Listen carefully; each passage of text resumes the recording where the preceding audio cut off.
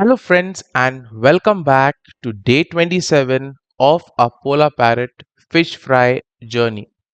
Can you believe it?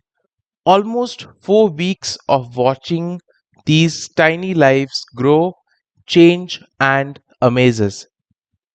Well, here's a quick recap of day 26. We saw first hints of colors deepening.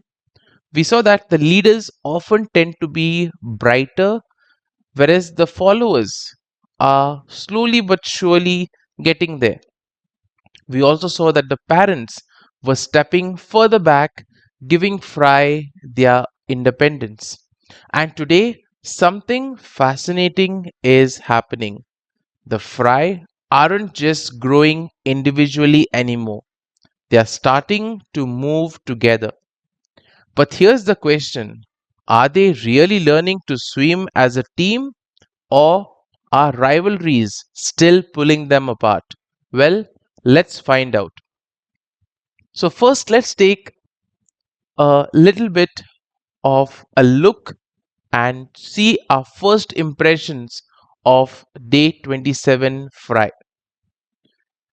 So, when you look at the tank, you see that the fry are noticeably bigger. Their bodies are a bit rounder and their fins are more defined.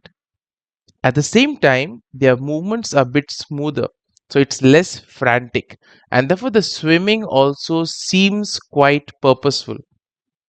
Now, some fry are sticking together in smaller groups and they are darting almost in sync. So it's like watching children during recess. Some run around wildly while others start playing games together. It's a little chaotic, but there are hints of teamwork.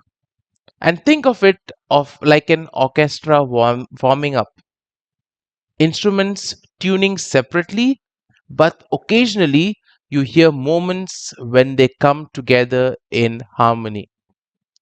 Now, we'll have to today analyze shoaling behavior, because this shoaling behavior is the first steps of teamwork. So, what do you mean by shoaling?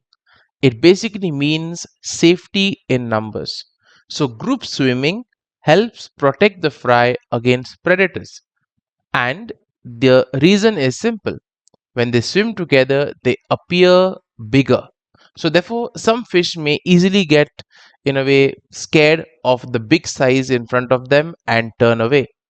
Secondly, the sheer number can also scare the other fish. And sometimes the fish may find it difficult to snatch one from the whole group. Secondly, we see that there's also social bonding. So, therefore, fry practice being part of a group. And it is this group, this shoaling behavior that saves them in the long run. So, generally, we see that fry will form mini shoals of 5 to 20, and then that becomes a school much later on. So we see that some groups follow one confident fry who acts like a leader, while others they move clumsily, sometimes breaking apart quickly, joining another group. So you have some groups that are quite dedicated, that will stick throughout, whereas you have others that kind of break and again join back. But the most important aspect for them is to remain in that group. Well, at the moment, it's not yet perfect. It's more like a rehearsal of what adult schooling might look like. So, here we can highlight two forces at play. One is unity, and the other one is rivalry. So, you see that fry are instinctively drawn to each other. So, they're moving together for safety because they know very well that their safety lies in numbers. On the other hand, you also have a little bit of rivalry creeping in. They now have to compete for food, for space, and even small dominant roles. For example, in the aquarium, the fry have to chase after food. So, therefore, some fry will chase food aggressively, disrupting the group flow. So it's like kids learning to play soccer. Some chase the ball selfishly, others learn to pass. But teamwork, as we know, takes time. On the positive side, this rivalry sharpens survival skills. So while shoaling strengthens group protection, the rivalry helps them to be sharp and to, get out of danger in the future. And both are essential at this particular stage. Now, let's take a look at the feeding dynamics of these fry.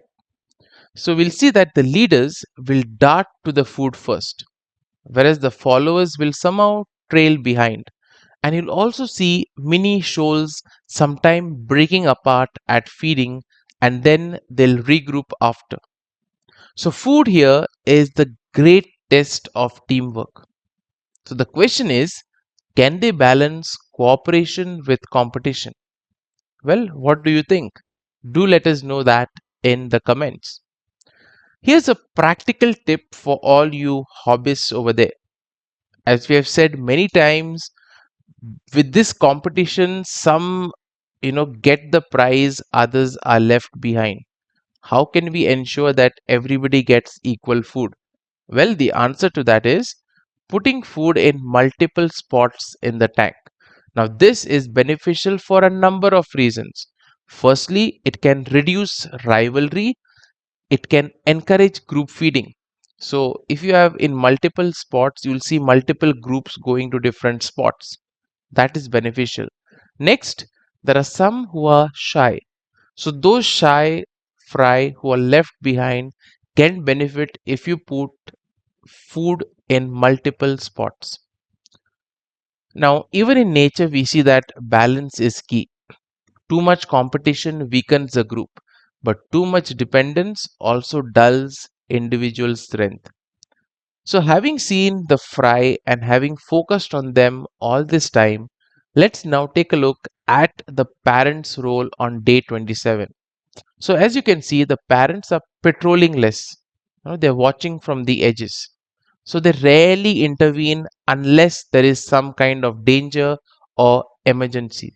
So they are like silent referees, letting the little players work out their own game.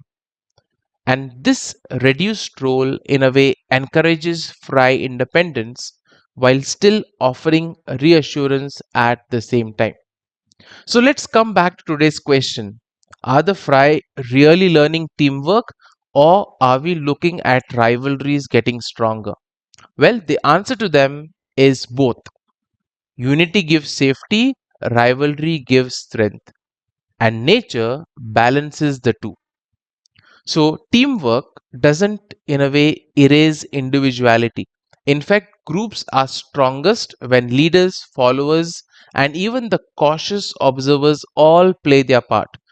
And the beauty of day 27 is watching individuality and community grow side by side.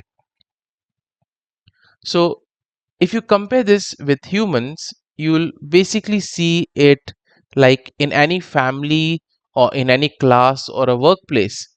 We see the same. People learning to move together even while staying true to themselves. So, here are the key highlights of today. We have seen fry forming mini shoals, which is the first sign of teamwork. We've also seen rivalries disrupting but also strengthening development. The parents have taken a step back and have become supervisors. And we have seen that individuality and unity are both shaping the group's growth. Now, here's a few questions for you. Do you think that these fry will eventually swim together like a perfect school? Or do you think that personalities will keep them a bit apart? Do let me know your opinions in the comments. Now, tomorrow we'll dive into feeding strategies. How do we balance growth, nutrition, and competition as the fry get bigger? So thank you for joining me for this update on day 27. So day 27 shows us that life is always a dance between standing out and coming together. So Till then, don't forget to share, subscribe to the channel for more updates, and most importantly, to like this video. And if you want to follow us for more updates, you can also check our playlist, which has all the updates put together. So, see you tomorrow for day 20.